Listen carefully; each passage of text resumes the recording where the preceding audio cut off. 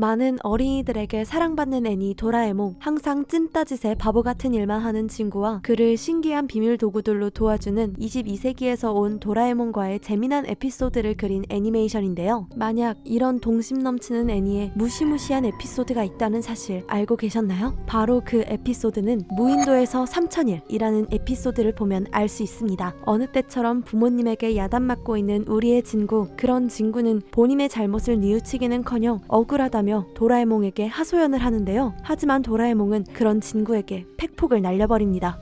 어쨌든 엄마나 아빠가 하시는 말씀은 잘 들어. 너 혼자 사는 게 아니니까.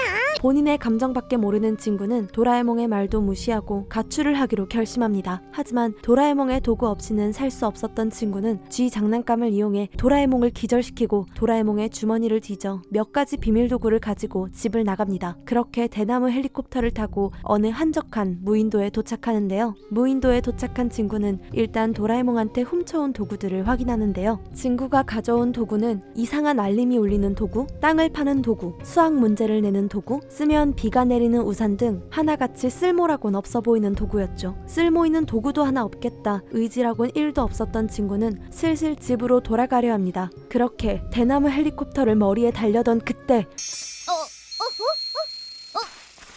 맞습니다. 그렇게 친구는 집에 돌아갈 수단을 잃어버리고 맙니다. 하지만 친구는 도라에몽이 구하러 오겠지 라며 일단 무인도에서 버텨보기로 합니다. 땅을 파는 도구를 이용해 굴을 만들어 잘 곳을 만들고 높이 솟은 야자수 나무를 떨어뜨려 식량을 구하는 등 조금은 노진구답지 않게 무인도에서 생활을 잘 헤쳐나가는데요. 하지만 하루, 이틀, 일주일 어째서인지 도라에몽은 시간이 지나도 친구를 구하러 오지 않았죠. 드디어 도라에몽이 친구를 버린 것이었을까요? 시간이 흘러 한 달, 반년, 1년이 흘러도 도라에몽은 보이지 않았고 노진구는 무인도에서 10년을 갇히게 됩니다. 극중 진구의 나이가 12살이니 10년이 지나 22살, 성인이 된 셈이죠. 10년이 지난 어느 날 진구는 슬픔에 잠겨 걷다가 무언가에 걸려 넘어지는데요. 역시 10년이 지나도 진구는 진구인가 봅니다. 무엇에 걸려 넘어진 것인지 확인해보니 그것은 다름 아닌 진구가 10년 전에 쓸모없는 도구라며 버렸던 이상한 알람이 울리는 도구였죠. 22살이 된 진구는 어차피 도라에몽도 구하러 오지 않겠다. 진구는 추억에 잠겨 그 도구를 다시 켜보는데요. 그런데 그때